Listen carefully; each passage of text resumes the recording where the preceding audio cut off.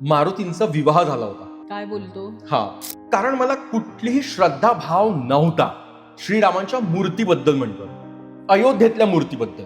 माझ्यासाठी ती फक्त एक दगडाची मूर्ती होती श्रीरामांची. सर्वजण रामपथसाठी जायला मरमर करतात, मरा मरा करणारे आपले वाल्मिकी ऋषीवर आठवलं. पण मी नेमका ॲरोगंट एक प्रकारचा, आता म्हटलं मला जायचंच नाहीये, त्या रामपथावरून जायचं नाहीये ना, त्या राम मंदिरात जायचं नाही. आता बरं, माझा मॅप सतत दाखवत आहे 500 मीटर. आता म्हणतं की यार झालं, आता हे ठीक आहे, आपण पोहोचतोय 500 मीटर नंतर. जसं मी बस दिसतंय 50-100 मीटर वरती, मॅप बदलायचा आपोआप आणि ते दुसरीकडे भलतीकडे न्यायचं मला. माझ्याकडे अजूनही ते व्हॉट्सअपचे चॅट्स असतील 2 फेब्रुवारी 2025चे. तिथे बस लागली फायनली अंधारात, पूर्ण गवत लागलं. म्हटलं यार ह्या माणसाने इथे का आणली आहे बस, तिथे काहीच नाही. जवळ गेलो, ती एक तुटकी फुटकी पुरातन जुनी कुठेतरी बस होती. ओ, तुमची नव्हतीच. ही श्रीरामांनी तुला शिक्षा दिली नाहीये, ही मारुतीने तुला शिक्षा दिली. मुद्दा आहे. आणि ते चैतन्य, म्हणजे जेव्हा अभिषेक होतो मूर्तीमध्ये चैतन्य येतं आणि त्याला आरसा दाखवला जातो शेवटी, तर ते तेज आरशाला सहन होत नाही आणि त्या आरसा फुटतो. ते म्हणजे शेगावला, जिथे गजानन महाराजांना पाटील बंधूंनी उसाने मारलं होतं. Correct correct. तेव्हा गजानन महाराज मारुती मंदिरात बसले असतात. हो. म्हणजे हनुमान मंदिराच्या पाठी लिहिली आहे का की हे हनुमान मंदिर गजानन महाराज शेगावला येण्याच्या पूर्वीचं मंदिर. अच्छा. त्या झाडावरती भूत असतं, ते त्यांना पाणी मागतं. तुलसींना पाणी देतात, त्याची तहान भागते. सप्तगिरी पर्वत म्हणतो तिरुमलाला, जे शेषाद्री, गरुडाद्री, अंजनाद्री, व्यंकटाद्री, नीलाद्री. व्यंकटेशांचं दर्शन झाल्यानंतर त्याच्या पुढे परत एक बेडी मारुती महाराज नावानेच मंदिर. झालं असं की बाल हनुमान होते, त्यांच्या आईने ते निघून जायचे, पळून जायचे तिथून. त्या परिक्रमेचा एक नियम असा असतो की परिक्रमावासी फक्त हनुमंत मंदिरात राहायचे. अच्छा. दुसरीकडे राहायचं नाही आश्रमात, फक्त मारुती मंदिरात राहायचं. त्यामुळे नर्मदा किनारी असले सर्व मारुती मंदिर फार जागृत. आणि नगरला विजय हनुमान म्हणून एक आहेत सर्जेपुरा भागामध्ये, तर तिथे सुद्धा हनुमंताची अशी मूर्ती स्वरूपात नाही, पण ते एक शिला आहे. कौंडन्यपूर, त्या काळचं कुंडनपूर हे महाभारतात नाव आहे ग्रंथामध्ये. कुंडनपूर वरदा नदी काठी ते गाव आहे, छोटंसं गाव होतं. तिथली विदर्भ कन्या म्हणजे कौंडन्यपुराची राजकन्या माता रुक्मिणी यांचं हरण केलं श्रीकृष्णांनी. त्यापासून अगदी 5 किलोमीटर वरती जहांगीरपूरचा मारुती आहे. आणि पुण्यातलं पत्र्या मारुती मंदिर सुद्धा. पत्र्या मारुती म्हणजे मंदिर इतके छान तिथे सुद्धा एकदम. खरंच. त्यात तो ड्रायव्हर काय म्हणतोय, तिकडे बघून पलीकडे मोठा ह्यूज शिळा होती आणि थोडी देर मध्ये गिरने वाली आहे, लँडस्लाइड होने वाली आहे. जगन्नाथांनी सांगितलं ऋषी अंगिरसांना की जेव्हा हनुमान झोपला असेल तेव्हा त्याला त्याचे हात आणि पाय बेड्यांनी तू बांधून टाक. अच्छा. सोन्याच्या बेडींनी, आणि त्यावर लिही राम. त्याच्यामुळे तो आता येणार नाही. रामाच्या वेडे तोडूच शकत नाही. बात आहे. नमस्कार. आजच्या एपिसोडमध्ये आपल्या सगळ्यांचं खूप मनापासून स्वागत. चैत्र महिना सुरू झाला आणि चैत्र महिना सुरू झाला की आपल्याला वेध लागतात श्री रामनवमीचे आणि हनुमान जयंतीचे. सो आजच्या पॉडकास्टमधले आपले जे गेस्ट आहेत अभिजित पानसे, ते त्यांचा अयोध्येचा खास अनुभव आपल्यासोबत शेअर करणार आहेत. आणि अभिजित बरोबर आज भारतातल्या 25 हनुमान मंदिरांचं दर्शन आज आपण घेणार आहोत, त्याची व्हर्च्युअल सफर करणार आहोत. सो आजच्या एपिसोडला सुरुवात करूयात. अभिजित, स्वागत आहे तुझं. आणि कशी सुरुवात करायची? जय श्रीराम. जय श्रीराम.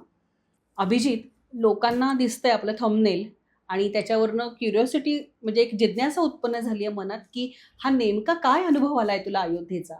2 फेब्रुवारी 2025 आम्ही प्रयागराज वरून कुंभमेळ्यामधून स्नान करून आम्ही अयोध्येकडे निघालो होतो. आणि आम्ही रात्रीच निघालो. रात्रीतून निघून आम्ही दुसऱ्या दिवशी दुपारी 4 वाजता पोहोचलो अयोध्येला.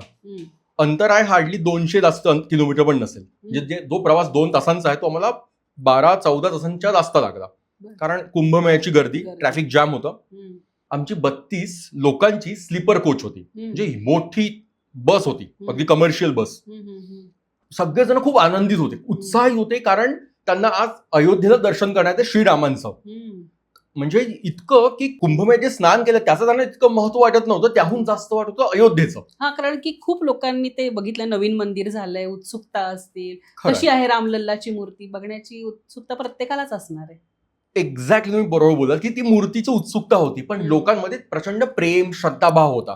ते तर आहेच. आणि आम्ही असं गप्पा करत होतो की चला आता आपण पोहोचू, खूप लांबचा प्रवास आहे, मध्ये गाड्या थांबल्या होत्या, कोणीतरी नेते वगैरे जात असताना आम्ही तिथे रस्त्यावरती काही स्वयंपाक वगैरे पण केलाय हायवेवरती.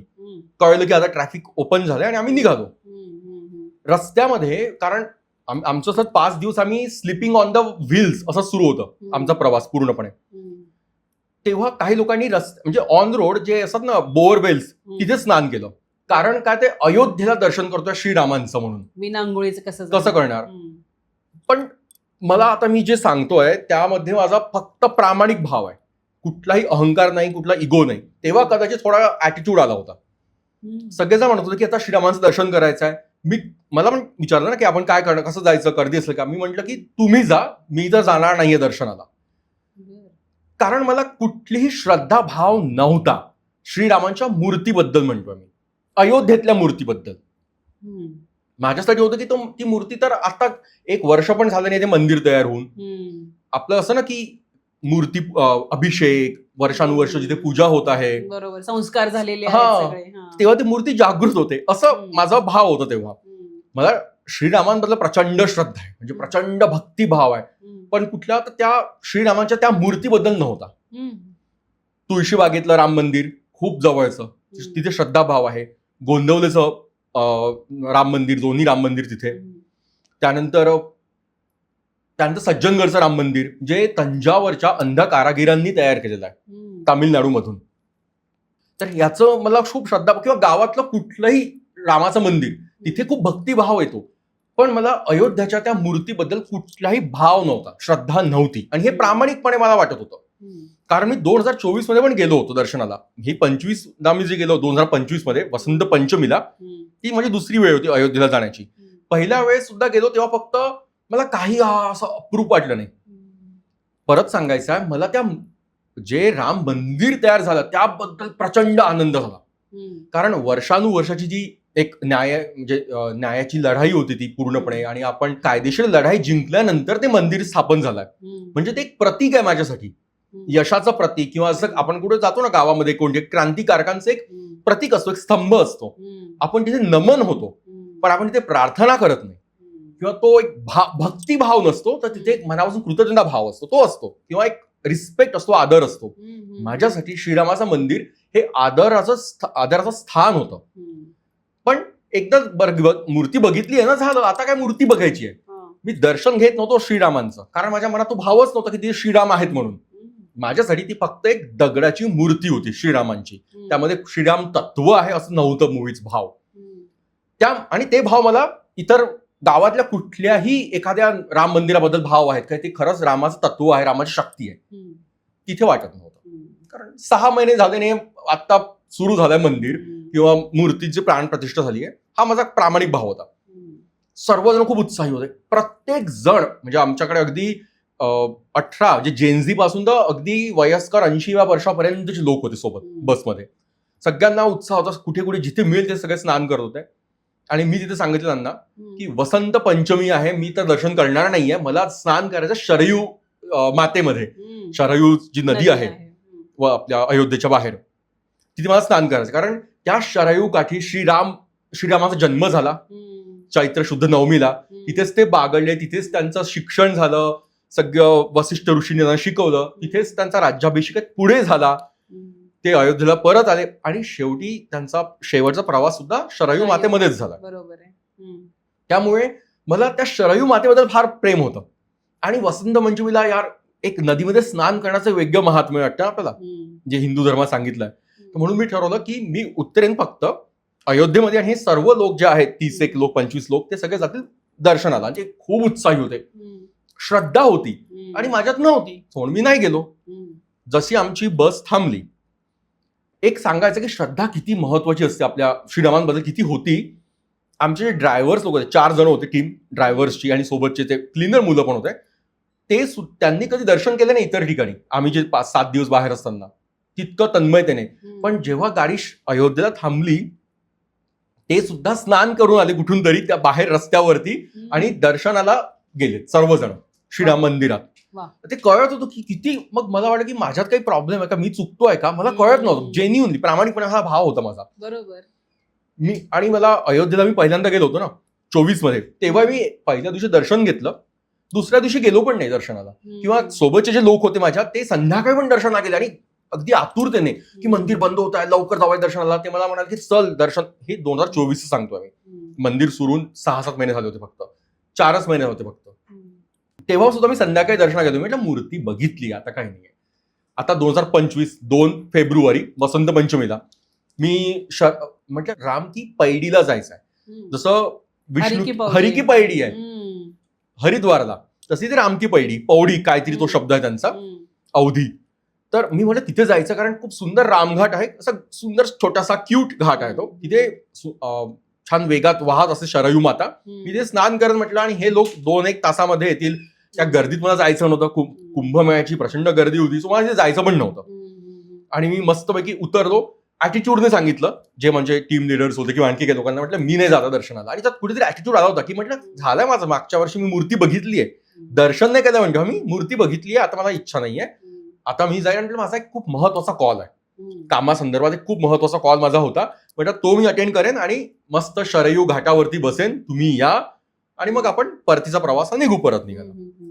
मी तिथे पोहोचलो, तिथे मस्तपैकी स्नान केलं शरयू काठी, आणि रामकी पैडी खूप सुंदर घाट आहे छोटासा. तिथे स्नान केलं, बसलो 15-20 मिनिटं. तिथे दुग्ध अर्पण करतात मातेमध्ये, नद्यांमध्ये, ते अर्पण केलं. एक सुंदर छान वाटत होतं. पण प्रामाणिकपणे सांगतो, काय वाटत होतं तेव्हा काहीतरी चुकलं होतं. जो माझा फोन झाला ना महत्वाचा, आणि मी खूप आनंदी होतो, उत्साही होतो, कारण तो माझा फोन खूप महत्वाचा होता आणि माझं काम होणार होतं. तो पूर्ण फियास्को, वाईट लेवलवरती टॉक्झिक फोन झाला आणि माझा मूड पूर्ण गेला होता. माझं अगदी असं विषण्ण वाटत होतं, निराश वाटत होतं, शरीरातली ऊर्जा कमी झाली वाटत होती मला.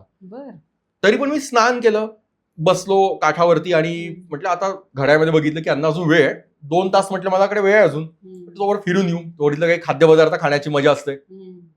म्हणून मी बाहेर आलो काही वेळानंतर, 30-1 मिनिटानंतर.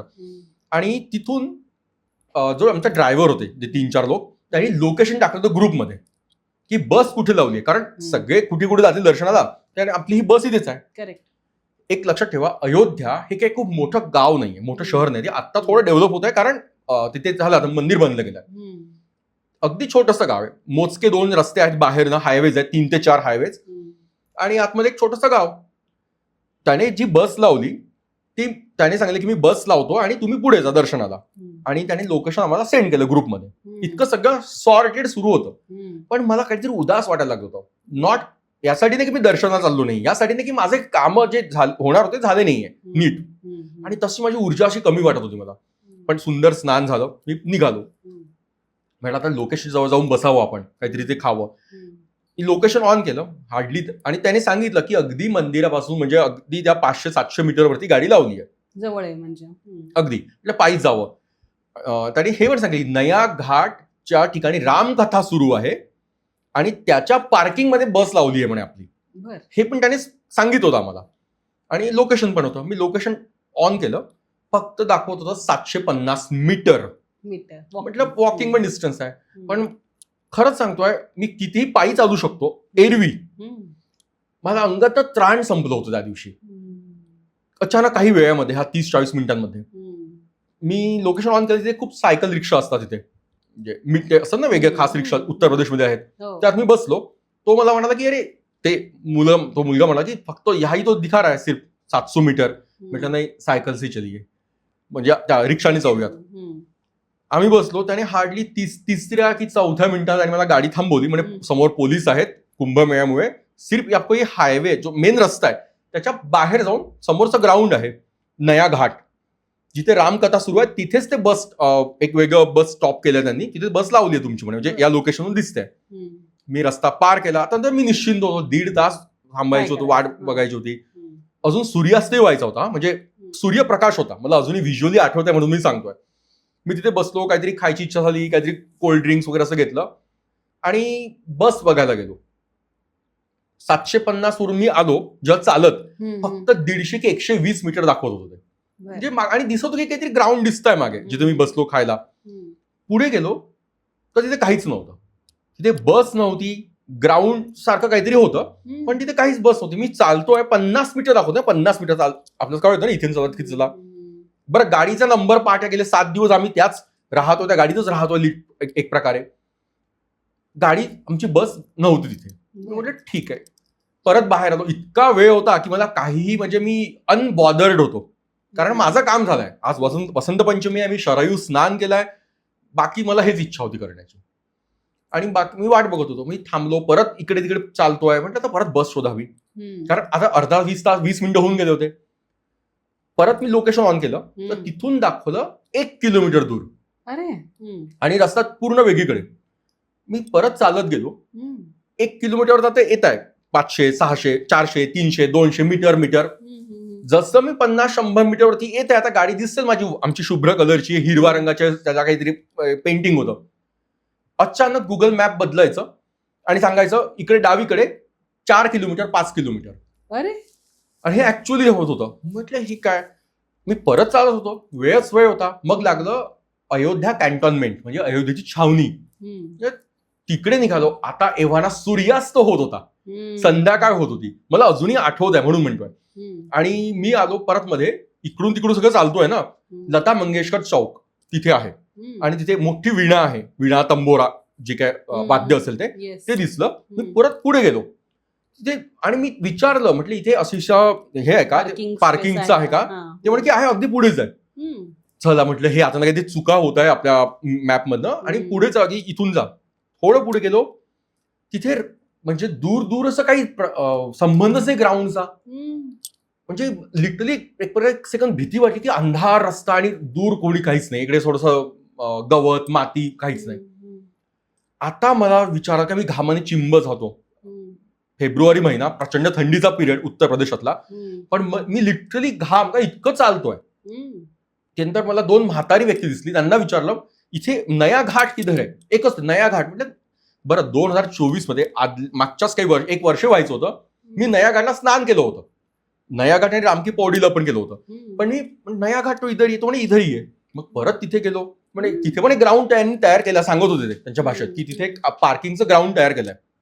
मी ते शोधत गेलो. परत छावणीच्या रस्त्यावरून आतमध्ये गावात परत आपला चौक दिसतोय, लता मंगेशकर चौक.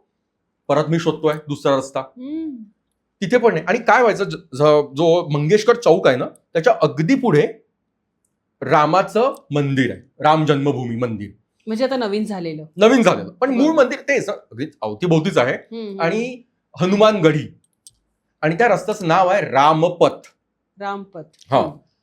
आणि सर्वजण रामपथ साठी जायला मरमर करतात. मरा करणारे आपले वाल्मिकी ऋषीवरून आठवलं. पण मी नेमका ॲरोगंट एक प्रकारचा, आता म्हटलं मला जायचंच नाहीये, त्या रामपथावरून जायचं नाहीये ना, त्या राम मंदिरात जायचं नाही, आता दर्शन करायचंच नाही. म्हटलं आता मला बस शोधायची आहे. इतकं चालतोय आणि फक्त मी आतमध्ये जाऊन वर जाऊन माझ्या त्या सीटवरती जाऊन झोपणार आहे, म्हणजे ते येईपर्यंत. बस शोधतोय, बस दिसलीच नाही. शेवटी आता कधी अयोध्येला कोणी, मी अजून पूर्ण अयोध्या मला माहित नाहीये, पण जितकं आठवतंय तेवढं सांगतो. आणि सगळे जे जातात त्यांना माहिती आहे, हायवेवरती 7 घोड्यांचा असं सूर्याचा एक फोटो काढलाय, मोठं ह्यूज आहे, असं पेंटिंग म्हणता येईल काहीतरी, ते लावलेलं आहे. मी तिथपर्यंत गेलो आणि त्या रस्त्यावरती जे दिवे असतात ना रस्त्यावरचे, स्ट्रीट लॅम्प्स, ते असे सूर्याच्या आकारातले आणि येलो रंग बाहेर येत असतो. मी तिथपर्यंत गेलो. मागच्या वर्षी मला इथे मी छान जेव्हा आलो मस्त फोटो काढतोय, फर्स्ट टाइम एकदा पहिल्यांदा येतो अयोध्येला. अयोध्येचं मला फार महत्व आहे, हे परत सांगतो, कारण अयोध्या, मथुरा, माया, काशी, कांची, अवंतिका ह्या ज्या सप्तमोक्षपुरी आहे त्यातलं अयोध्या आहे.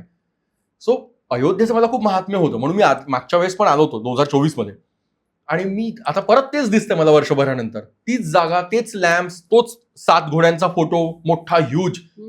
आणि मी परत पुढे गेलोय, तरीही बस नाही. बरं, माझा मॅप सतत दाखवत आहे 500 मीटर. आता म्हणतं की यार झालं, आता हे ठीक आहे, आपण पोहोचतोय 500 मीटर नंतर. जसं मी बस दिसतंय 50-100 मीटरवरती, मॅप बदलायचा आपोआप आणि ते दुसरीकडे भलतीकडे न्यायचं मला. असं 4-5 बरेच गुगल गणतं अशा वेळेस, तर तसं काही असेल. पण माझं आज मी तेच सांगतो की हे कदाचित लॉजिकल रिझन असेल, काकतालीय न्याय असेल की कावळा बसायचा आणि फांदी तुटायची. पण आजपर्यंत 15 ते 20 वर्ष मी अँड्रॉइड यूज करतोय, मला आजपर्यंत गुगलने दगा दिला नव्हता. तो हा गुगली होता पहिल्यांदा टाकलेला मला मिळालेला, तो अयोध्येत गुगलचा.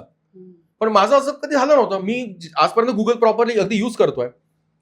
त्याच्यानंतर झालं की शेवटी मी थकलो, अंगात ऑलरेडी त्राण नव्हतं, ऑलरेडी चिडचिड होत होती कारण सगळं ते विस्कटलं होतं माझं काम. तर कुंभमेळ्याच्या काळात तिथे मुलं असायचे जे बाईक्स घेऊन आपल्याला कुठे जायचं तिथे जायचे बाईकवरती.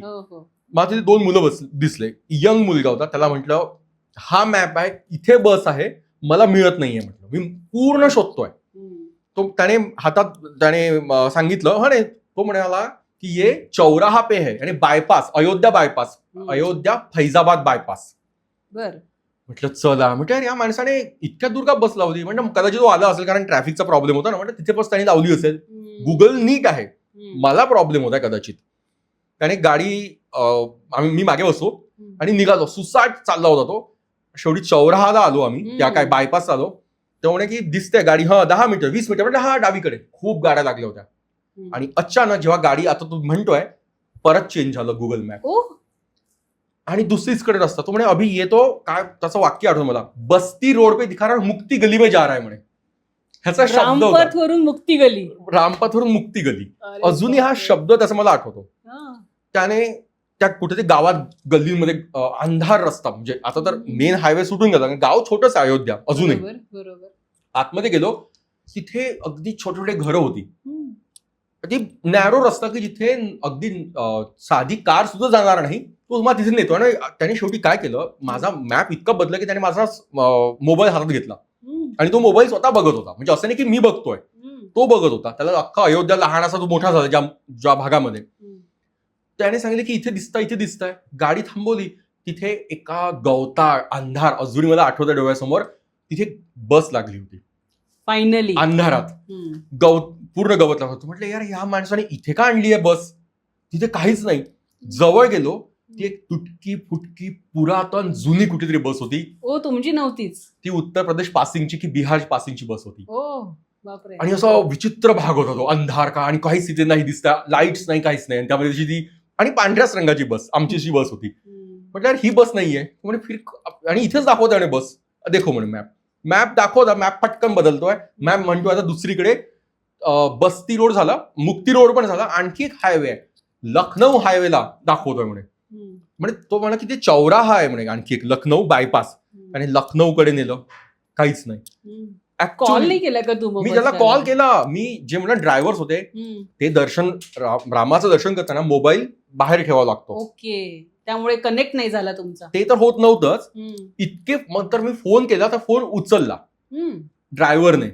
तो म्हणाला की म्हटलं मी 1-1.5 तास फक्त फिरतोय अयोध्येमध्ये, फक्त रामपथवर येत नाही म्हटलं, पण बस कुठे लावली आहे. तो म्हणा की बस इथेच लावली आहे, जास्त दूर पण नाहीये, हार्डली मंदिराचा जो मेन रोड आतमध्ये एंट्री नाहीये कारण गर्दीमुळे, त्याच्या बाहेरच लावली आहे म्हणे. आता तू दरवेळी हेच सांगायचं, त्याच्या बाहेरच लावली आहे, 700-800 मीटर दिसत आहे. तो पोरगा पण वेडा झाला की असं पहिल्यांदा होतं अयोध्येमध्ये त्याच्यासोबत सुद्धा. मी तर पूर्ण चिंब ओला घामाने, कारण आता वेळ ऑलमोस्ट संपली होती आणि मी जरा वेगळं वागल्यामुळे ऑलरेडी माझी आमच्या ज्या लिडर्स होत्या थोडंसं त्यांची चिडचिड झाली होती की मी सोबत नाही गेलो एवढ्या लोकांसोबत. आणि मला सांगितलं की तू आधीच तिथे पोहोचशील कारण तू एकटा वेगळा जातोय, बाकी सगळे रामपथावरून चालल्यात, मीच वेगळा जातोय. मग मला टेन्शन यायला लागलं कारण आम्हाला त्याच रात्री पटकन दर्शन करून अयोध्येवरून परतीला निघायचं होतं महाराष्ट्रात. मग मला सिरियसली टेन्शन आलं की आता करायचं काय. तो मुलगा म्हणतो की हा म्हणजे हे जे जागा आहे ती दिसतच नाहीये मला म्हणे. आम्ही गोरखपूर हायवेला टच केला, कुठे जाऊन म्हणजे अगदी 5 किलोमीटर दूरपर्यंत गेलो. त्याने फोन उचलायच्या आधी ड्रायव्हरने. मग ड्रायव्हरचा फोन लागला, परत मला त्याने पर्सनल लेवलवरती लोकेशन पाठवलं माझ्याकडे. मी त्याला विचारतो की तुम्ही नक्की बस कुठे लावली आहे. दुसऱ्या ड्रायव्हरला विचारलं, त्याने मला लोकेशन पाठवलं. माझ्याकडे अजूनही ते व्हॉट्सअपचे चॅट्स असतील 2 फेब्रुवारी 2025चे, ते फोटो पण दाखवेन मी बाहेर आलो परत. तो मुलगा परत आम्हाला गावात घेऊन आला. शेवटी त्याला म्हटलं की यार मला सोड, तू जा म्हटलं, कारण तो सुद्धा ऑकवर्ड फील करत होता की त्याला बाकीचे लोक घेता येत नाहीये आणि माझं डेस्टिनेशन काय मिळतच नाहीये. आणि येऊन जाऊन आमचा एंड व्हायचा त्या मंगेशकर चौकापर्यंत, वीणा जिथे आहे. आणि सरळ जो रस्ता होतो ना तो आहे राम मंदिराकडे, जिथे सगळे लोक जात आहेत, श्रीराम मंदिर आणि हनुमानगडीला. मी ते सोडून सगळीकडे फिरत होतो. नया घाटला परत जाऊन आलो. सगळे ते चौराहा, हायवे, बायपास मिळाली नाही. आणि त्याने मोबाईल घेतला माझा, असं नाही की मी बघतोय चुकून, तो म्हणायचं त्याच्याच पुढे पण ते बदलायचं. 50 मीटर आलं की 2-2.5-3 किलोमीटर दाखवायचं. असं 2 तास सतत सुरू होतं कन्फ्युजन. ड्रायव्हरला कॉल केला, त्याने मला 1-2 माइलस्टोन सांगितले. मी त्याला फोन दिला त्या मुलाला, तो तिथपर्यंत पोहोचला, पण बस मिळाली नाही. आणि तेच ना ते सप्त घोडे म्हणतो मी, अश्व, तिथेच त्याने सांगितलं माइलस्टोन तिथेच बस लावली आहे म्हणे. मी त्याला म्हटलं शेवटी आता तू सोड. त्याच्याला त्याचे पैसे दिले. 1.5 तास आम्ही फिरत होतो. त्याच्या आधी मी अर्धा तास फिरत होतो एकटा. आताही जर तेव्हा तो गेला तेव्हा मी विषण्ण अवस्थेत बसलो होतो, कारण मला काहीच माहित नाही की मी जरा जाऊ कसं. शेवटी जे सहप्रवासी होते त्यांना मी मेसेज टाकला की आता काय करायचं. ते म्हणाले की आम्ही मुंबई टू उडुपी नावाच्या रेस्टॉरंटच्या बाहेर एक कचोडीवाले दुकान आहे, तिथे आम्ही बसलो आहोत, तिथे तू ये. म्हणजे ते आहे कुठे, म्हणजे तुला मॅप पाठवतोय, तिथे तू ये. म्हटलं ठीक आहे. आता राम मंदिरात जायची मला खरी इच्छा उरली नव्हती, काहीच इच्छा नव्हती, अंगात त्राण नव्हतं. म्हटलं आता आणि मी जवळपास 7 ते 8-10 किलोमीटर पायी चालतोय सतत. म्हणजे गाडी जो वेगळी आणि मी सुद्धा खूप पायी फिरतो. त्याला सोडल्यावर सुद्धा पायी फिरलो मी, की शोधतोय म्हटलं बस मी एकदाची. मिळाली नाही. शेवटी हार मानली आणि परत मंगेशकर चौकात आलो. तिथून जो विण्याचा आहे ना चौक, तिथून सरळ त्यांनी मला पाठवलं लोकेशन. मी म्हटलं लोकेशन पाठवू नका. ऑलरेडी 2 तास मला लोकेशननेच मला वेडं केलं. तरी त्यांनी लोकेशन पाठवलं आणि तरी मी शेवटी आता हार मानली आणि लोकेशन ऑन केलं. आधीच तर त्याच्या आधी एक सांगायचं आहे की मी गुगल मॅप 3 वेळा, म्हणजे जे आपलं ऍप असतं ना गुगल ऍप, ते अनइन्स्टॉल केलं होतं. किमान 5 वेळा माझा phone me switch off switch on केला, रिस्टार्ट केला होता. गुगल मॅप पूर्ण म्हणजे अनइन्स्टॉल केलं, परत इन्स्टॉल केलं. परिस्थिती सारखीच होती. जवळ दाखवायची बस 10 मीटर 100 मीटर, पटकन मग भलतीकडे 4 किलोमीटर दाखवायची. सो असं नाही की ते एकदा केल्यामुळे झालं. मी 3 ते 4 वेळा अनइन्स्टॉल केलं. तोही मला म्हणाला मुलगा की अनइन्स्टॉल करके देखीये. सो हे सगळं गुगलच्या गुगलीज मी अनुभवत होतो. आणि खरंच म्हणजे आता मी हॅपीली सांगतो, तेव्हा मी प्रचंड असं निराश झालो होतो. म्हणजे काय चालू आहे. शेवटी त्या लोकेशन मला मिळालं आणि मी तिथून ऑन केलं. आता त्या लोकेशनवर माझा विश्वास तर मुळीच नव्हता. ऑलरेडी आधीच 2 तास झाला प्रॉब्लेम. मी त्या लोकेशननुसार गेलो पुढे 3 किलोमीटर दाखवत होता आतमध्ये, 3 ते 3.5 किलोमीटर. मी एक पाऊल टाकतोय, गर्दी प्रचंड आहे. आणि आता जो रस्ता आहे तो रामपथ रस्ता आहे, जो मला घेऊन चाललाय राम मंदिराकडे, श्रीरामांच्या मंदिराकडे. आता हे अनावधानाने होत आहे नाही, हे माहितीये मला. आता मी ठरवलं की आता मला बस शोधायचीच नाहीये, जिथे हे लोक आहेत सहप्रवासी बसले तिथे जायचंय. हा, म्हणजे तू ते आता फॉलो करतो. ते आता मी फॉलो करतोय. आतापर्यंत ठरवलं की मी वेगळ्या माझं मी ठरवेन, माझ्या बस मी जाऊन बसेन, मला तिकडे जायचं पण नाहीये मंदिराकडे. करेक्ट. आता ते त्या मंदिराच्या अवतीभोवती होते कुठेतरी. मला आठवत काही नव्हतं ना, मी एकदाच गेलो फक्त अयोध्येला. ते म्हणाल की हे हॉटेल आहे मुंबई टू उडुपी, ही खूप फेमस चेन आहे म्हणून मला माहिती आहे. त्याच्या शेजारी कचोडीवाले, ते नाव पण त्यांनी सांगितलं काय कचोडीवाले. मी मॅपचं मला भीती वाटत होती की हा मॅप मला कधी आता गंडवणार आहे. तरी मी चालतोय 3, मग 2 किलोमीटर, मग 1 किलोमीटर, 500 मीटर, 400, असं करत त्याच्या अलीकडे जेव्हा चाललो होतो मी, रात्रीचे 8 वाजले होते. इतकं सगळं मी 4 वाजता ते 8 पर्यंत चालतोय. उजवीकडे एक असा दगडी शिखर दिसलं, असं लाईक शंकूच्या आकाराचं. ते होतं, ती जागा होती हनुमानगढी. तिथून नमस्कार केला बाहेरच्या बाहेर आणि श्रद्धा वगैरे नमस्कार केला. मी इतकं थकलो होतो तेव्हा. मुंबई टू उडुपी हॉटेल शोधलं. आता इतकं कन्फ्युजन. आणि तेव्हा दाखवतं की हे 100 मीटरवरती की 10 मीटरवरती आहेत लोक म्हणून. बरोबर त्याने म्हणजे तेव्हा गुगल मॅप चालू झालं माझं नीट. तोपर्यंत ते जेव्हा मी बस शोधतोय गुगल मॅप गंडत आहे, आणि जेव्हा मी ह्या लोकांना शोधतोय तेव्हा गुगल मॅप चालू आहे. बरोबर. मी त्या मुंबई टू उडुपीमध्ये गेलो, अख्खं रेस्टॉरंट शोधलं, ते लोकच गायब. मी म्हटलं आता हा काय प्रकार आहे. त्यांना आणि खूप चिडचिड होती. मी म्हटलं कुठे आहात. ते म्हणे मुंबई टू उडुपी. म्हटलं मी अख्खा 2 फ्लोअरचं हॉटेल आहे, आतून खाली आणि वर, ते फिरून आलो आहे, कोणीच नाही तिथे. म्हणजे त्याच्या शेजारी कचोडीवाल्याच्या आतमध्ये बसलोय. फुल आता काही अंगात ऊर्जा नव्हती, काही ओरडायची. बाहेर आलो, त्या उडुपीच्या आत गेलो. सर्व लोक, कोणी लस्सी पिताय, कोणी दूध पिताय, कोणी तुला भेटले, सगळे लोक भेटले. एक टेन्शन दूर झालं की मला आता बस तर मिळणार आहे आणि ह्या लोकांच्या वेळेत मी पोहोचलो. तेव्हा माझ्या अंगात त्राण नव्हतं उरलं आणि मी मेंटली खूप डिप्रेस होतो तेव्हा ज्या आमच्या ग्रुप लिडर होत्या त्या मला म्हणाल्यात, हे सगळं माहिती काय झालं म्हणे, का झालंय म्हणे, कारण तो जेवढ्या ऍटिट्यूडने बोलला म्हणे की मला श्रीरामाचं दर्शन घ्यायचं नाहीये आणि मी जातो तिकडे स्नान करतो आणि मी आपल्या बसची वाट म्हणजे बसमध्ये येऊन थांबेन म्हणून मी, त्याच्यामुळे झालंय म्हणे. तू जा पहिले श्रीरामाचं दर्शन घे म्हणे आत्ता, किंवा मारुतीचं दर्शन कर म्हणे, आणि कदाचित ही श्रीरामांनी तुला शिक्षा दिली नाहीये, ही मारुतीने तुला शिक्षा दिली आहे. मुद्दा आहे, कारण श्रीराम तर तुझ्यावर चिडतील नाही, पण मारुती चिडतील. हो, अर्थात त्यांच्याच राज्यात येऊन तू त्यांचं दर्शन घेत नाही.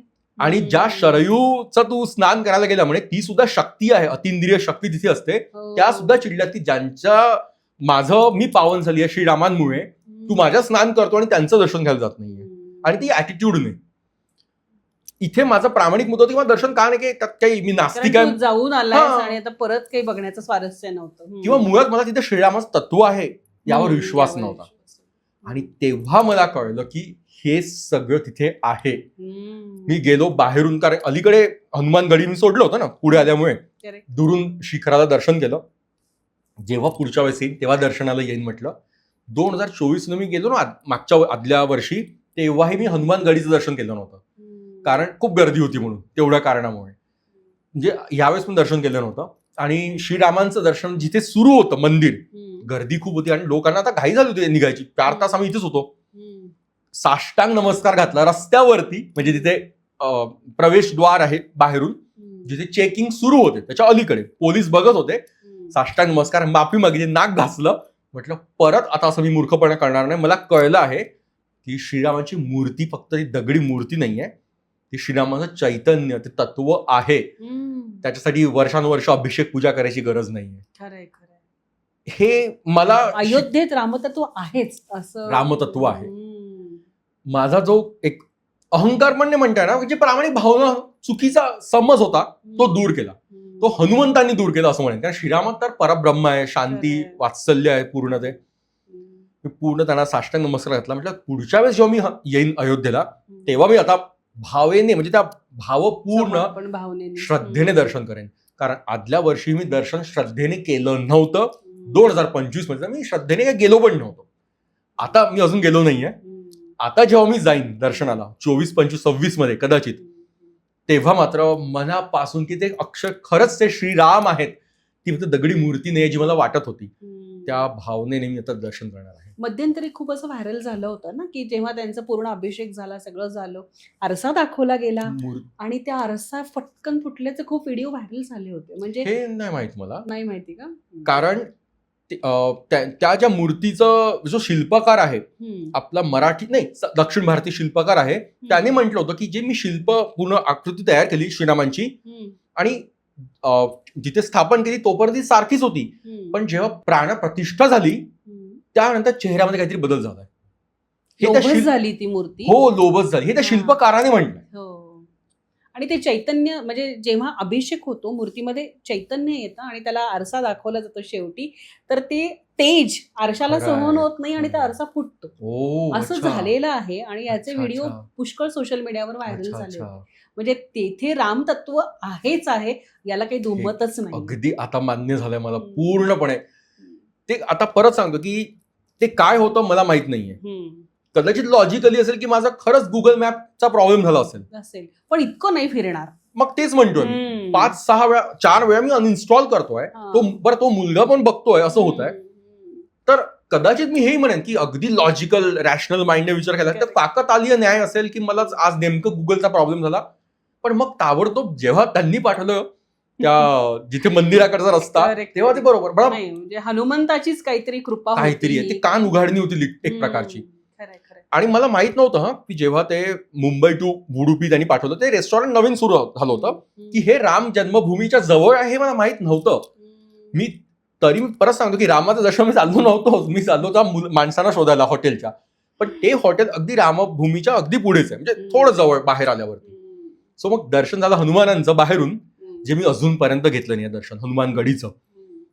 आणि दुसरं मग रामाचं तर मी साष्टांग नमस्कार, नाक घासून माती लावून नमस्कार केला की आहे तत्व आहे, अख्खी अयोध्या रामांची आहे, श्रीरामांची आहे आणि हनुमंत त्यांचे रक्षण करतात. खरंय. खूपच म्हणजे ऐकतानाच गुजबोंब म्हणजे असं काटा आला खरं आहे. अंगावरती. आणि आणि अगदी मान्य आहे की रामतत्व सगळीकडेच आहे. अगदी आता रामाचं दर्शन घेतल्यानंतर आज तू आपल्या श्रोत्यांना व्हर्च्युअल सफर घडवणार आहेस की हनुमंताची मंदिरं जी जी तू पाहिली आहेस त्याविषयी. सो कुठल्या मंदिरांनी सुरुवात करणार आहेस? लहानपणी विशेषतः मुलांना हनुमानावरती एक प्रेम जडतं, कारण एक वेगळी अटॅचमेंट क्रिएट होते. अगदी साधं दैवत, लोभस साधं भोळं दैवत म्हणून, आणि अगदी ऍक्सेसिबल. शेंदूर लावा हनुमान प्रसन्न, नारळ त्याला अर्पण करा, वाढवा हनुमान प्रसन्न. तर मी हनुमानाची मला भक्ती हे 2025च्या अनुभवानंतर खरं तर सुरू झाली माझी. भक्ती म्हणजे तितकी आपल्याला ऐकी नसते, फक्त एक भाव क्रिएट होतात म्हणून. तर मला आतापर्यंत जे मी सांगतो ते की असं हे नाही की सगळे हेच एकमेव मंदिर आहेत, 25 मंदिर आपण जे बोलतोय तसं नाहीये. तर आतापर्यंत आपण जितके तीर्थयात्रा केल्या आहात त्याच्यामध्ये की जे जे हनुमान मंदिर मला आवडले आजपर्यंत, तेच जसे आठवेल तसं म्हणून बोलतोय. बरोबर. त्यातलं सगळ्यात पहिलं मंदिर हनुमानांचं ते म्हणजे शेगावला, जिथे गजानन महाराजांना पाटील बंधूंनी उसाने मारलं होतं. Correct correct.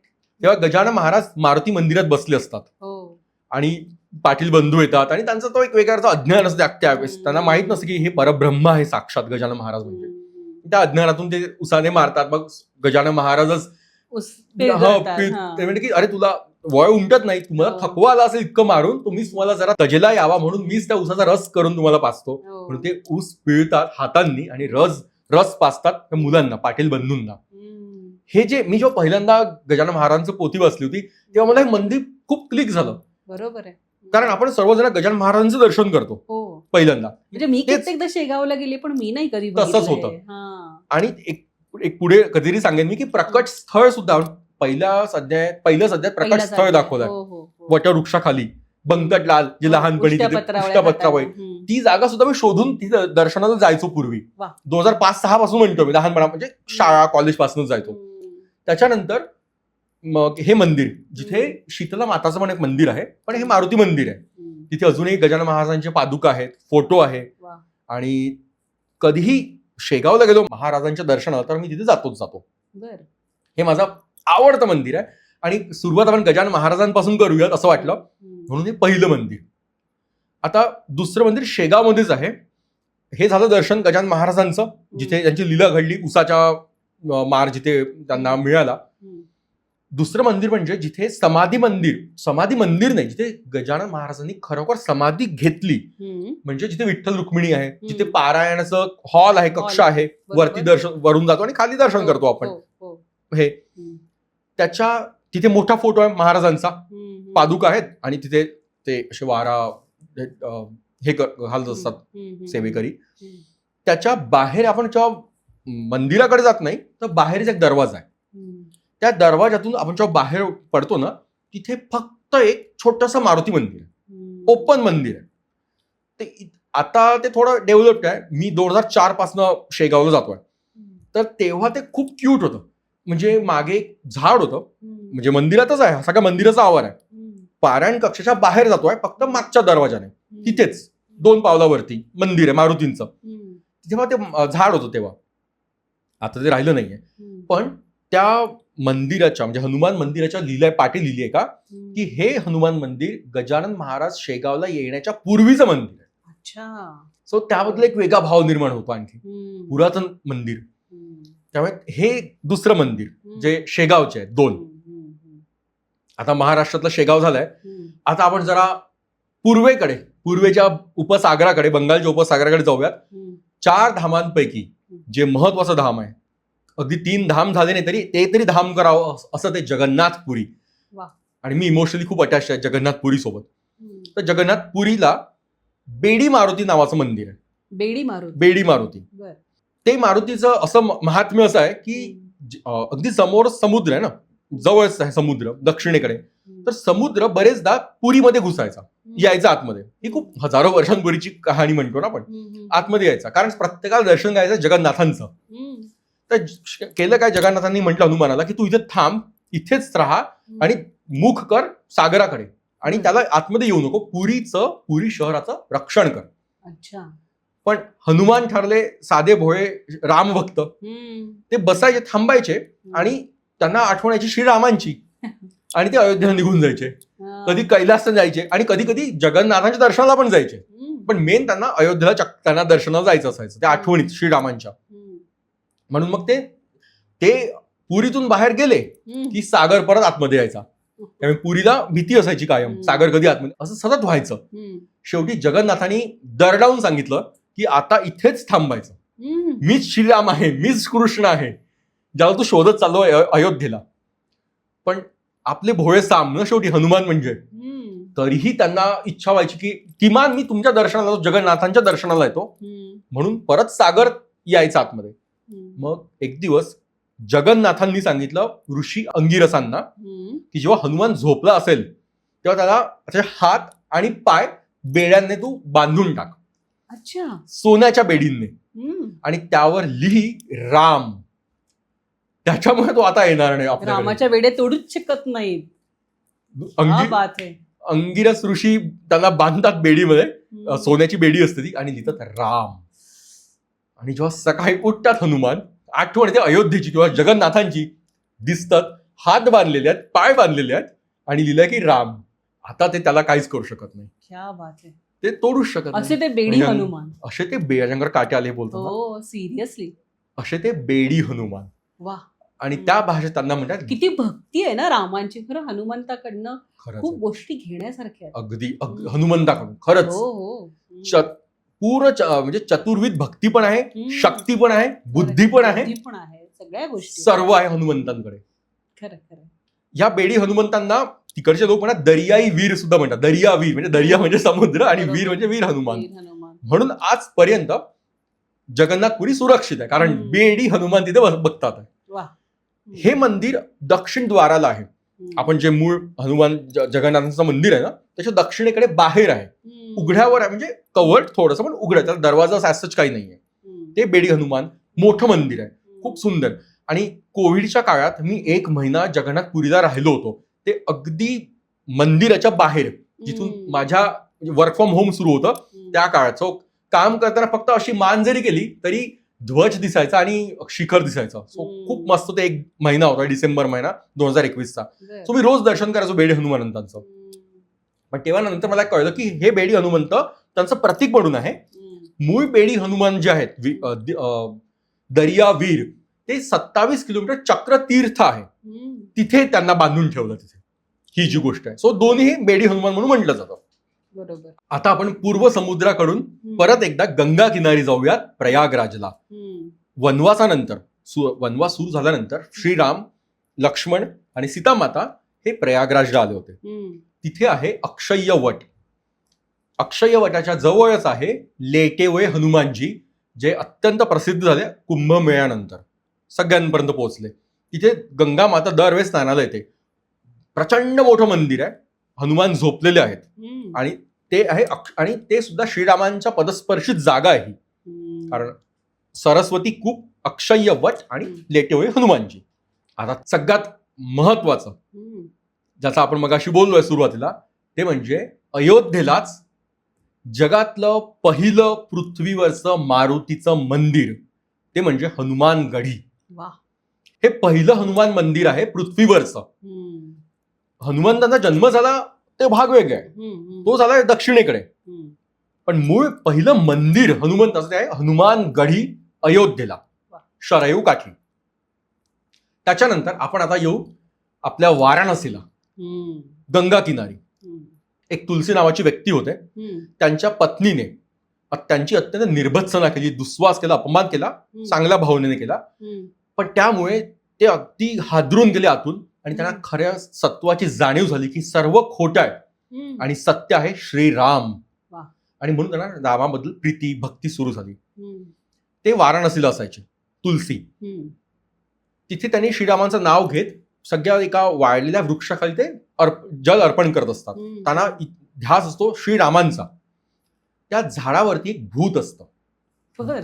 ते म्हणतं, ते त्यांना पाणी मागतं तुलसींना. तुलसी त्यांना पाणी देतात, त्याची तहान भागते, ते व्याकुळ असतं तहाने, ते भूत. तो तुला काय देऊ मी? तुलसी म्हणतो की मला आता ह्या संसारातलं खोटेपणा माझ्या पत्नीने सांगितलंय, आता मला फक्त हवाय श्रीराम, मला तू श्रीराम दे. ते भूत म्हणतं, हे मी नाही देऊ शकत तुला, कारण मीच भूत आहे, मला श्रीरामांच्या पदस्पर्शाने माझी मुक्ती होईल. मग मला फक्त श्रीराम हव्यात. मग कोण देईल? ते म्हणतात की इथे पुढे श्रीराम कथा सुरू आहे आणि एक अत्यंत लेप्रसी म्हणजे त्वचा रोग झालेला, कुष्ठ रोग झालेला एक म्हातारी व्यक्ती इथे रोज येते. सगळ्यात पहिल्यांदा येते आणि सगळ्यात शेवटी जाते. मला असा डाऊट आहे, मला असा संशय आहे म्हणजे की ते हनुमान आहे. तू त्यांना पकड आणि तेच तुला मार्ग दाखवतील श्रीराम कुठे आहेत त्यांचं. आणि हे हनुमंताला पकडतात, दिसतात आलेले पहिल्याच दिवशी म्हातारी व्यक्ती. ते हनुमान दुर्लक्ष करतात, मी कोण आहे, मी म्हातारा आहे. आणि त्यांना कळतं की रडून त्यांचे पाय ओले करतात. हनुमान आधीच भोळे सांब अवतार, भोळे सांबांचेच, ते लवकर पिघळतात आणि म्हणतात की तुला श्रीराम दर्शन करायचं आहे, चित्रकूटला जा, मंदाकिनी नदीच्या काठी, तिथे राम लक्ष्मणांचं तुला दर्शन देतील. आणि तुलसीदास वाराणसीवरून चित्रकूटला जातात. मंदाकिनी नदी वाहत असते, एक रांगडं सौंदर्य आहे त्या गावाचं. तिथे दर्शनं जातात. तिथे गर्दी खूप असते इतर लोकांची पण, कारण सगळ्या संत महात्मे असतात राम तिथे असल्यामुळे. हनुमान काय सांगतात की तिथे तू चंदन उगाळत बस. चंदन आणि रामाला चंदन फार प्रिय आहे, ते तू त्यांना चंदनाचं तिलक लाव. तुलसीदास रोज चंदन उगाळत असतात. एक दिवस श्रीराम लक्ष्मण येतात, वेगळ्या वेशामध्ये येतात, लावतात दर्शन. प्रत्येकाला त्यांचं एकच असतं की प्रत्येकाला चंदन लावणं. कोणाच माहित कुठे श्रीराम भेटतील आपल्याला, हे लावून निघून जातात.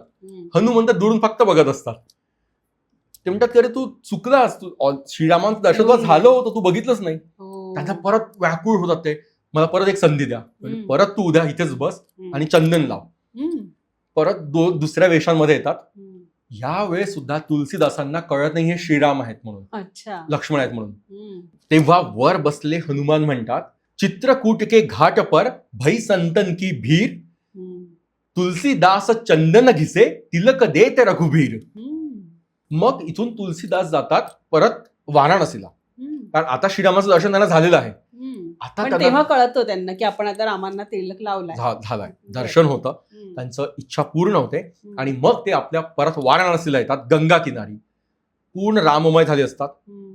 आणि तेव्हा हनुमंत आणि सांगतात की तू त्यांचं रामाचं चरित्र लिही आता. आणि तेव्हा ते लिहितात तुलसी घाटावरती बसून. आज त्या घाटाचं नाव तुलसी घाट आहे. आतापर्यंत तुलसीच असते त्यांचं नाव फक्त. आणि मग ते लिहितात रामचरित्र मानस, ज्याच्यावर साक्षात शंकराने त्रिशूळाने सही केली आहे. जेव्हा त्यातल्या लोकांनी संशय घेतला की हे खोटं आहे अवधी भाषेतलं, कारण संस्कृत मध्ये सगळं असायचं ना, रामचरित्र हे अवधी भाषेत आहे, नागरी भाषेत आहे, म्हणून तुलसीना त्रास देऊ लागले. तेव्हा काही कारणांमुळे, काही गैरसमज झाल्यामुळे श्री कालभैरव हे तुलसीदासांना त्रास देऊ लागले. तिथल्या मांत्रिकांची काहीतरी कथा आहे ती. मग तुलसीदासांनी स्मरण केलं आपल्या हनुमंतांचं परत. ज्या जागी तुलसीदासांना मारुतीरायाने दर्शन दिलं, आज तिथेच तुलसीदासांनी मारुतीचं नंतर मग मंदिर स्थापन केलं. त्याला म्हणतात संकटमोचन मारुती, संकटमोचक मारुती, जे आज अत्यंत प्रसिद्ध मंदिर आहे वाराणसीतलं, काशीमधलं. आणि ज्या घाटावर बसून तुलसींनी श्रीरामचरित्र मानस लिहिलं ते म्हणजे तो तुलसी घाट. आणि त्याच्यानंतर त्यांना तुलसीदास म्हणायला लागले. का सामान्य व्यक्तीपासून तुलसीपासून तुलसीदासांची ही कथा आहे, जी हनुमंतांच्याच गायडन्स खाली, हनुमंतांच्या एका संरक्षणाखाली झाली आहे श्रीरामांच्या भक्तीमध्ये, आणि स्वतः साक्षात शिवशंभूंच्या देखरेखीखाली. आता प्रयाग वाराणसी झालाय. आता आपण जाऊ आपल्या दत्त धाम गिरनारला. सगळ्या आवडत्या मराठी लोकांचं स्थान आहे ते, दत्तभक्तांचं. गिरनारला 10,000 पायऱ्या सुरू व्हायच्या पहिलीच पायरीच्या आधी लंबे हनुमानजी आहेत, वाचलंय मी. तिथे दर्शन करायचं असतं किंवा आपण त्यांना प्रार्थना करायची की आम्हाला शक्ती दे की 9,999 पायऱ्या चढायच्या आहेत आणि दत्त महाराजांचं दर्शन घ्यायचं आहे. सो ती एक मंदिर मला फार आवडीचं मंदिर आहे. त्याच्या म्हणतात की होतं हे सगळं त्यांच्या आशीर्वादाने. आता तिथे स्वामी समर्थांचं पण मंदिर आहे, तयार केलंय. पण ते मारुती मंदिर फार खास आहे. दरवेळेस ते दर्शन करायचं, कोणी नारळ वाढवतात वगैरे, पण त्यांचं दर्शन हनुमान चालीसा किंवा स्तोत्र, रामरामजी हनुमानजी असं म्हणलं की झालं आणि पुढे निघायचं. त्याच्या अलीकडे एक साकरिया हनुमान आहे, ह्या जवळच आहे. ते पण मला वैयक्तिकरित्या आवडीचं मंदिर आहे. खूप सुंदर मंदिर आहे ते सुद्धा. इथून 500 मीटर अलीकडे असेल फक्त, गिरनार तलेटीच्या भागात. गिरनार झालं.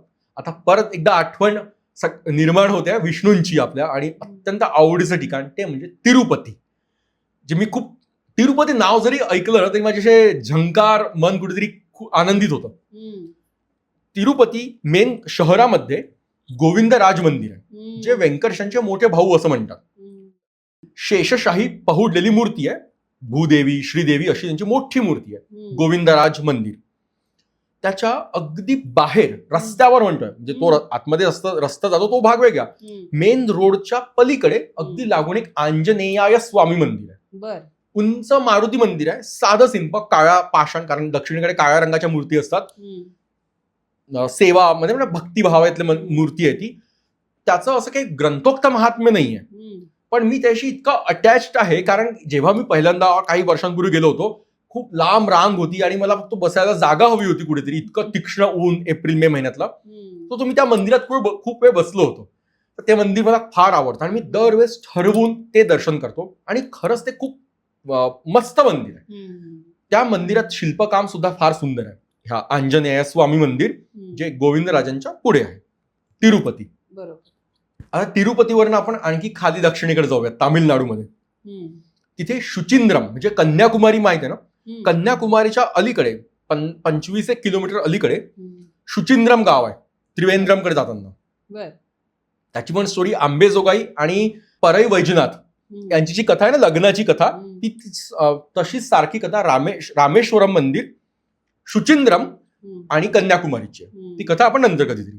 कन्याकुमारीजवळ शुचिंद्रम गाव आहे, त्रिवेंद्रमकडे जाताना लागतं. जबरदस्त शिव मंदिर आहे, ह्यूज मंदिर आहे. दर्शन करायला पाहिजे शुचिंद्रमचं सुद्धा, कारण कन्याकुमारी जातो आपण ते राहतं. आतमध्ये मोठी उंचच्या उंच मारुती मंदिर आहे, त्याला प्रसन्न आंजनेय स्वामी म्हणतात. प्रसन्न मूर्ती आहे, विशाल मूर्ती आहे ही कन्याकुमारी. त्याच्यानंतर रामेश्वरम, जेव्हा श्रीराम युद्धाला गेलेच इकडे लंकेवरती, तेव्हा हनुमंतांनी पण एक त्यांनी स्थापित केलं शिवलिंग. ते नाही म्हणतोय, रामेश्वरम मध्ये पंचमुखी हनुमानाचं मंदिर आहे, ते सुद्धा खूप सुंदर मंदिर आहे, दर्शन करायला पाहिजे. त्याच्या बाहेर पण एक जिथे दगड तरंगतात वगैरे असं काही जागा आहे तिथे. सो हे रामेश्वरमचं पंचमुखी हनुमान. त्याच्यानंतर आपण तमिळनाडूतून येऊ बंगलोर शहरात, अर्बन IT भाग. तिथे बंगलोर शहरात प्रसन्न आंजनेय स्वामी मंदिर आहे. विशाल मंदिर आहे, म्हणजे इतकं ह्यूज की आपण त्यामुळे अगदी इतकं छोटे ठेंगणे वाटतो. काळ्या पाषाणातली मूर्ती आहे आणि मोठे मोठे त्याला तुळशी माला घालतात, दक्षिण भारतात घालतात तुळशी माला मारुतींना ते, आणि ह्यूज आहे मंदिर मूर्ती ही. हे झालं बंगलोर मधलं मंदिर. आता परत एकदा आपण तिरुपतीला जाऊयात. तिरुपती दर्शन झालं, आता तिरुमलाला जाऊयात. तिथे व्यंकटेशांचं तिरुमलाला आपण दर्शन करतो ना, सप्तगिरी पर्वत म्हणतो तिरुमलाला, जे शेषाद्री, गरुडाद्री, अंजनाद्री, व्यंकटाद्री, नीलाद्री असे 6 ते 7 पर्वत आहेत. डोंगरमाला आहे, वरती तिरुमला आहे. व्यंकटेशांचं दर्शन झाल्यानंतर त्याच्या पुढे परत एक बेडी मारुती महाराज नावानेच मंदिर आहे. झालं असं की बाल हनुमान होते, त्यांच्या आईने ते निघून जायचे, पळून जायचे तिथून. त्यांच्या आईने सांगितलं, जोवर मी इथून येणार नाही तोवर इथेच थांबतो. आणि त्यांची आई आकाशगंगा जो भाग आहे तिरुपतीचा, त्या पुढे निघून गेला तिकडे आणि तिथे आल्याच नाहीत. म्हणून अजूनही तो मारुती तिथेच आहे. आणि व्यंकटेशांचं दर्शन जे तिरुपतीला आपण करतो ना, त्यातलं हे प्रमुख मंदिर आहे. आणि बरेच लोक दर्शन करत नाही, विसरून जातात.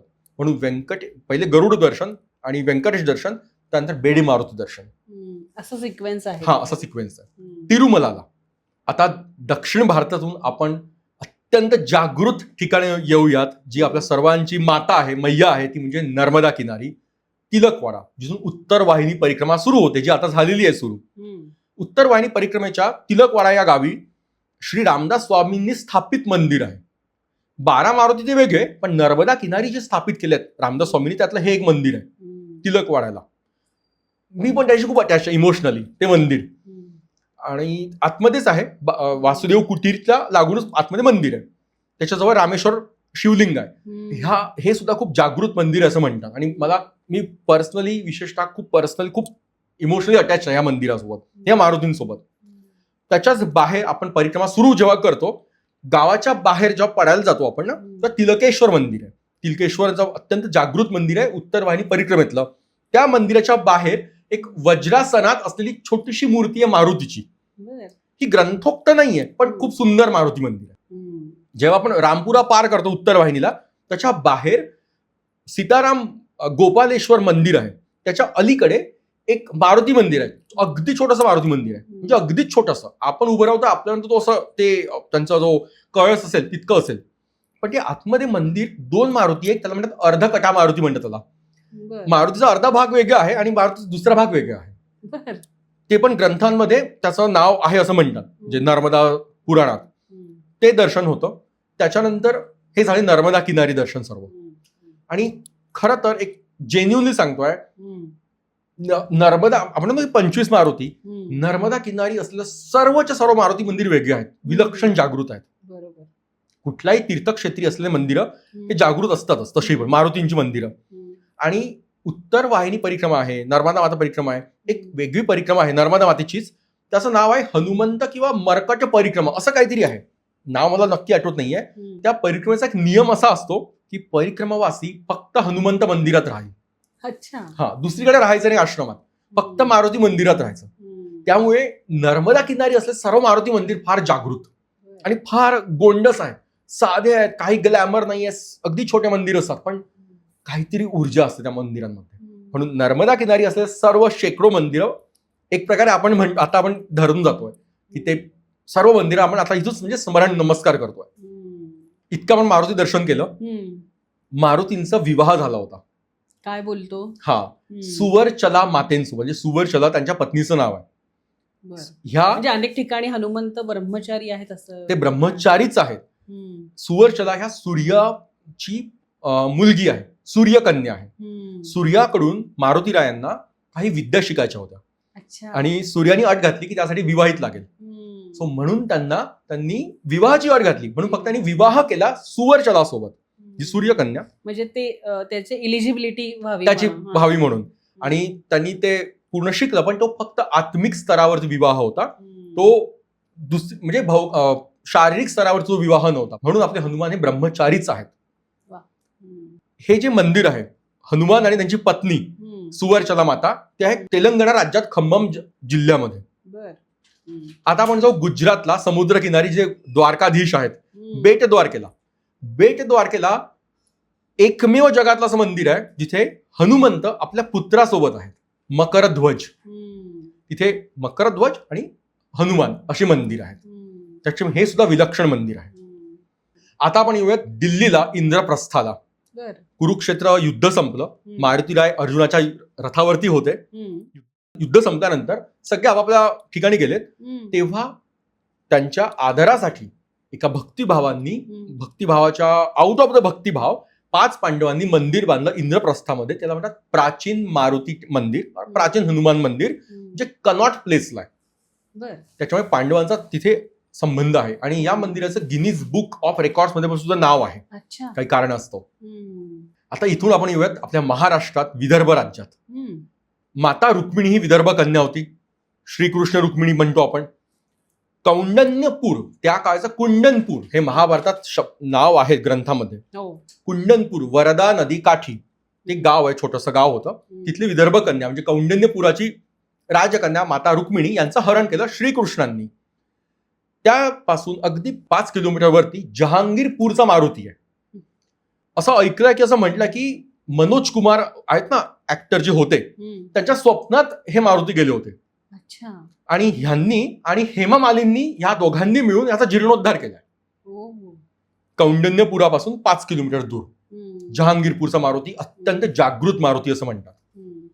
आता राजस्थानचा एक खूप सुप्रसिद्ध मारुती आहे, ते म्हणजे सालासार मारुती. त्यांना दाढी मिशा आहेत आणि हे अत्यंत जागृत स्थळ आहे. इथे मी गेलो नाहीये, मला खूप जायची इच्छा आहे, पण हे असं मंदिर आहे की मला इच्छा आहे म्हणून मी फक्त सांगतोय. सालासार मारुती. एक सालंगपूर मारुती आहे, ते सुद्धा मला जायची इच्छा आहे, पण मी गेलो नाहीये. याच्यानंतर तमिळनाडूमध्ये येतं नमक्कल आंजनेय स्वामी मंदिर. जेव्हा प्रल्हादांचा जी गोष्ट झाली, हिरण्यकश्यपूंचा वध केला, त्याच्यानंतर माता महालक्ष्मींनी खूप, कारण हे चिडले होते, रागात क्रोधित होते, तेव्हा महालक्ष्मी मातेने खूप तिथे त्यांची भक्ती केली, तपश्चर्या केली. तेव्हा हे निघून गेले होते विष्णू तिथनं. तेव्हा महालक्ष्मींनी म्हणले की मला विष्णूंची एखादी मूर्ती दे. तर गंडकी नदीमधून शालिग्रामाची एक मूर्ती दिली हनुमंतांनी महालक्ष्मींना आणि हातात धरायला सांगितली. महालक्ष्मी म्हणले की यात तू विष्णूंचा एक चित्र काढून दे मला. मारुती राय म्हणाले मी येईपर्यंत तुम्ही ही मूर्ती धरून ठेवा. पण त्या मूर्तीचा एक मोठा माउंटेन म्हणजे एक पर्वत झाला मारुती राय येईपर्यंत. आणि आज तिथे उंचावरती ह्यूज मारुती मंदिर आहे. तिथे शिव मंदिर आहे, विष्णू मंदिर आहे. पण हे नमक्कल मारुती मंदिर सुद्धा खूप फार अत्यंत प्रसिद्ध आहे तमिळनाडू मधलं. आता आपण इतके मारुती मंदिर झाले मीच सांगतोय, आता एक मारुती मंदिर तुम्ही सांगा. जसं तू म्हणालास की प्रत्येक ठिकाणच्या गावातलं मारुती मंदिर प्रसिद्ध असतं किंवा त्याला एक श्रद्धाभाव असतो. सो मी माझं बालपण गेले अहिल्यानगरला, म्हणजे तिथे पण हनुमंताची पंचमुखी हनुमंताची मूर्ती मी पहिल्यांदाच तिथे बघितली. खाकीदास बाबा मठ म्हणून तिथे आहे तर तिथे पंचमुखी हनुमान आहेत. म्हणजे पंचमुखी हनुमानांचं दर्शन तेव्हा मला शालेय जीवनात जे झालं की अरे हनुमंताला आपण बघितो गदा वगैरे, तर इथे असे वेगवेगळे तोंड असलेले हनुमान काय आहे. मग तिथून मग क्युरिओसिटी निर्माण झाली की काय आहे हनुमान तत्व वगैरे वगैरे सगळ्या गोष्टी. आणि नगरला विजय हनुमान म्हणून एक आहेत सर्जेपुरा भागामध्ये, तर तिथे सुद्धा हनुमंताची अशी मूर्ती स्वरूपात नाही पण ते एक शिला आहे आणि त्याला असं छान असा लेप वगैरे लावलेला असतो, शेंदूर लावलेला असतो आणि चांदीची गदा आहे. म्हणजे तिथे त्या मंदिरात गेल्यानंतर ना एक ऊर्जा अशी जाणवते आणि खूप छान त्यांनी ते वातावरण ठेवलंय तिथे. आणि तिथे मला पहिल्यांदी आपलं जी चालिसा आहे हनुमान चालिसा ती ऐकण्यात आली आणि तेव्हापासून हनुमान चालिसा नित्य पठणात आहे माझ्या. त्यामुळे हनुमंताचं जे म्हणतो ना आपण की एक व्हायब्रेशन्स किंवा ते तत्व ते त्या ठिकाणी जाणवतच. आणि पुण्यामध्ये तर वेगवेगळ्या नावाची हनुमंतांची मंदिरं प्रसिद्धच आहेत. उट्टांडा मारुती आहे, जिलब्या मारुती आहे, यावरती एक वेगळा एपिसोड होऊ शकतो. मंडळी तुमच्या गावातही अशी जर वेगळे कुठली हनुमंताची मंदिरं असतील तर नक्की आम्हाला कमेंटमध्ये सांगा की तुमच्या गावातल्या हनुमंताचं काय वैशिष्ट्य आहे. सो अभिजित आता काय बोलणार आहोत आपण? पुण्यात मध्ये इतके तुम्ही मारुती मंदिर सांगितलं, त्यातलं एक आणखी एक आवडीचं माझं मंदिर म्हणजे कॅम्प मध्ये मंदिर आहे. हा येस, विजय हनुमान. हो, ते मंदिर खूप जागृत आहे असं म्हणतात. आणि मी जेव्हा जेव्हा तिकडे गेलोय मी दर्शन करतो त्या हनुमंतांचं. नक्कीच. सो हे पुण्यातलं एक मंदिर झालं. आता आपण अख्खा भारत फिरलोय, समुद्र दर्शन झाले आहे, सर्व झालंय. आता परत एकदा उत्तरेकडे जाऊ, हिमालयाकडे. शिमल्याला जाकू मंदिर आहे, जाकू हनुमान.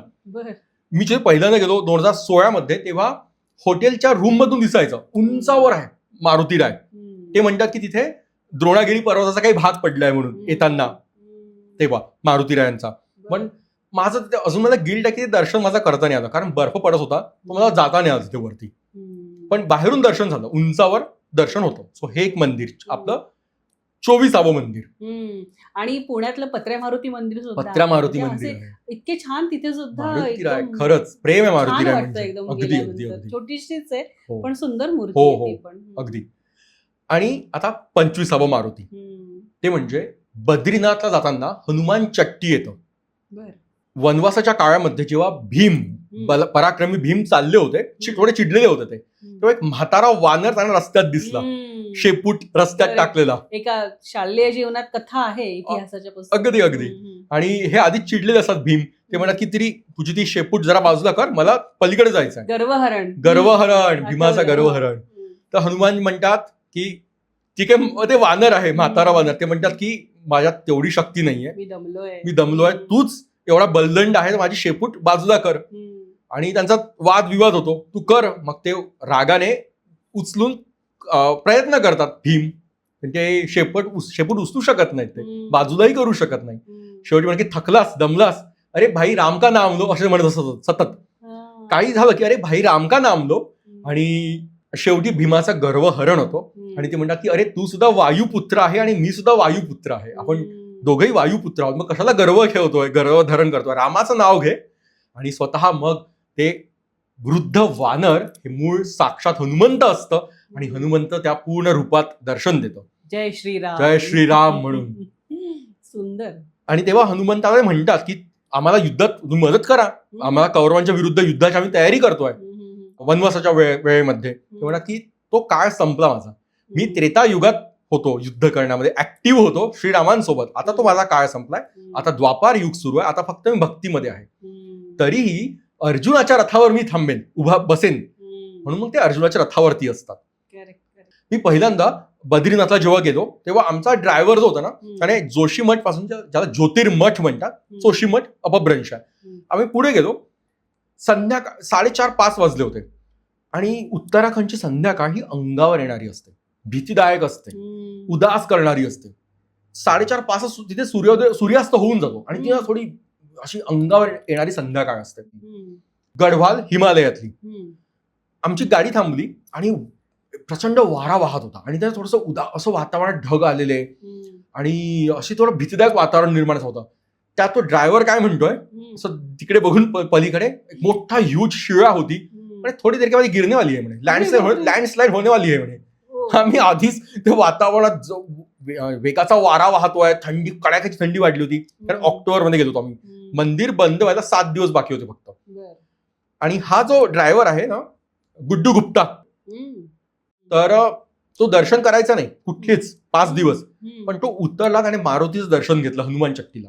तो म्हणे प्रत्येक जण इथे हे दर्शन करतो कारण पुढचा प्रवास कठीण आहे, अत्यंत वळणाचा प्रवास आहे, लँडस्लाइड झोन आहे, तर आम्ही हनुमान चट्टीला दर्शन नेहमी करतो हनुमानजींचं. आणि ती सगळी कथा मला आठवली. हनुमंत आणि भीमाची भेट ही या हनुमान चट्टीला झाली आहे. तिथे ते हनुमान मंदिर आहे. दर्शन घेतलं, तिथे नारळ अर्पण केलं, वाढवलं आणि तिथून मग आम्ही म्हटलं लँडस्लाइड काही होऊ नये. बद्रीनाथला पोहोचलो, मस्त दर्शन झालं. येताना परत हनुमान चट्टीला दर्शन केलं हनुमंतांचं, कारण दर्शन सुंदर झालं.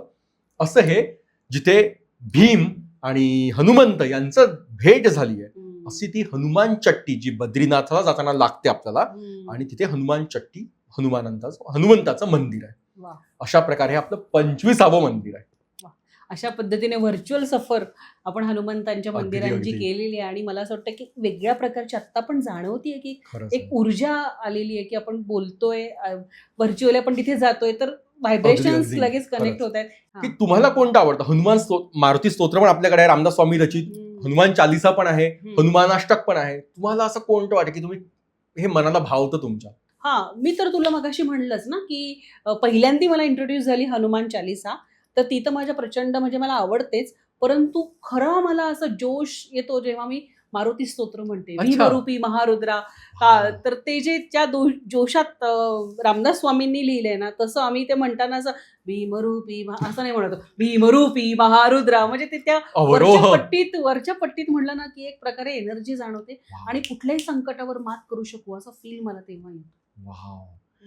मला हनुमान चालिसा, लहानपणी हनुमान स्तोत्र, मारुती स्तोत्र, पण काही वर्षांपासून हनुमान चालिसा खूप मी इमोशनली अटॅच आहे. त्याचा एक गमतीदार अनुभव सांगतोय.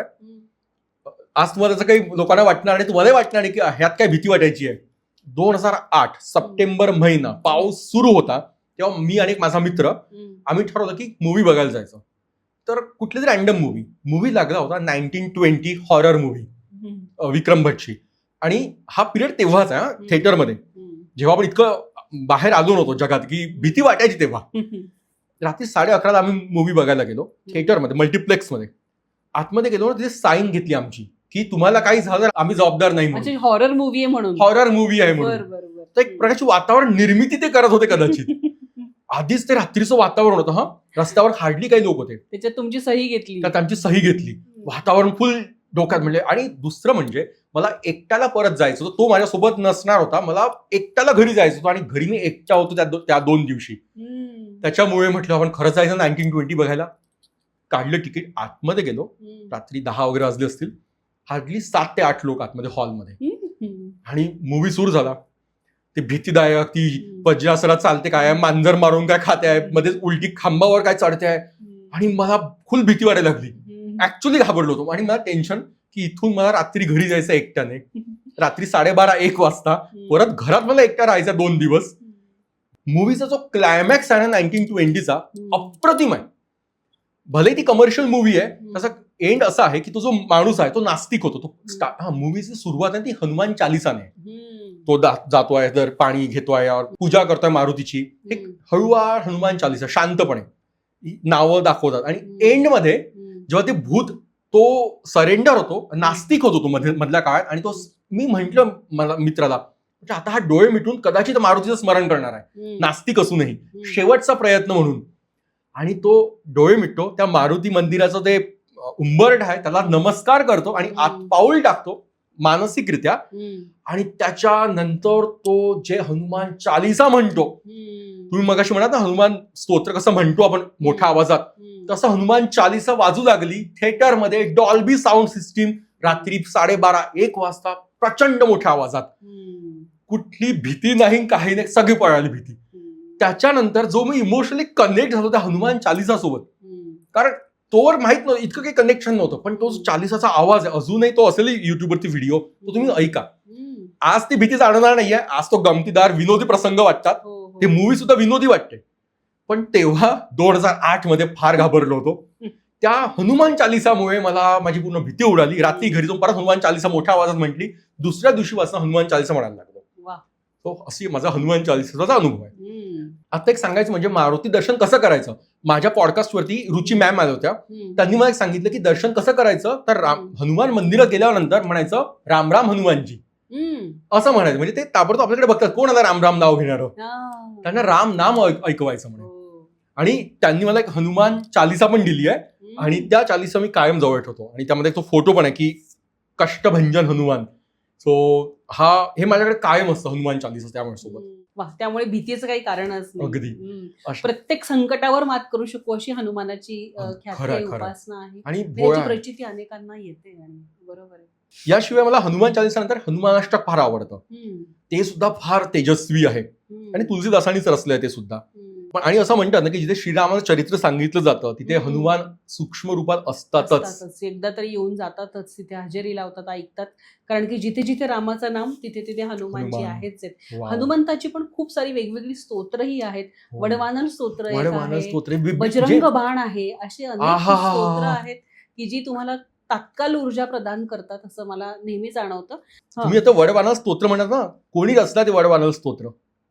बिभीषणांनी रचलंय ते वडवानर स्तोत्र. हे नवीन आहे मला.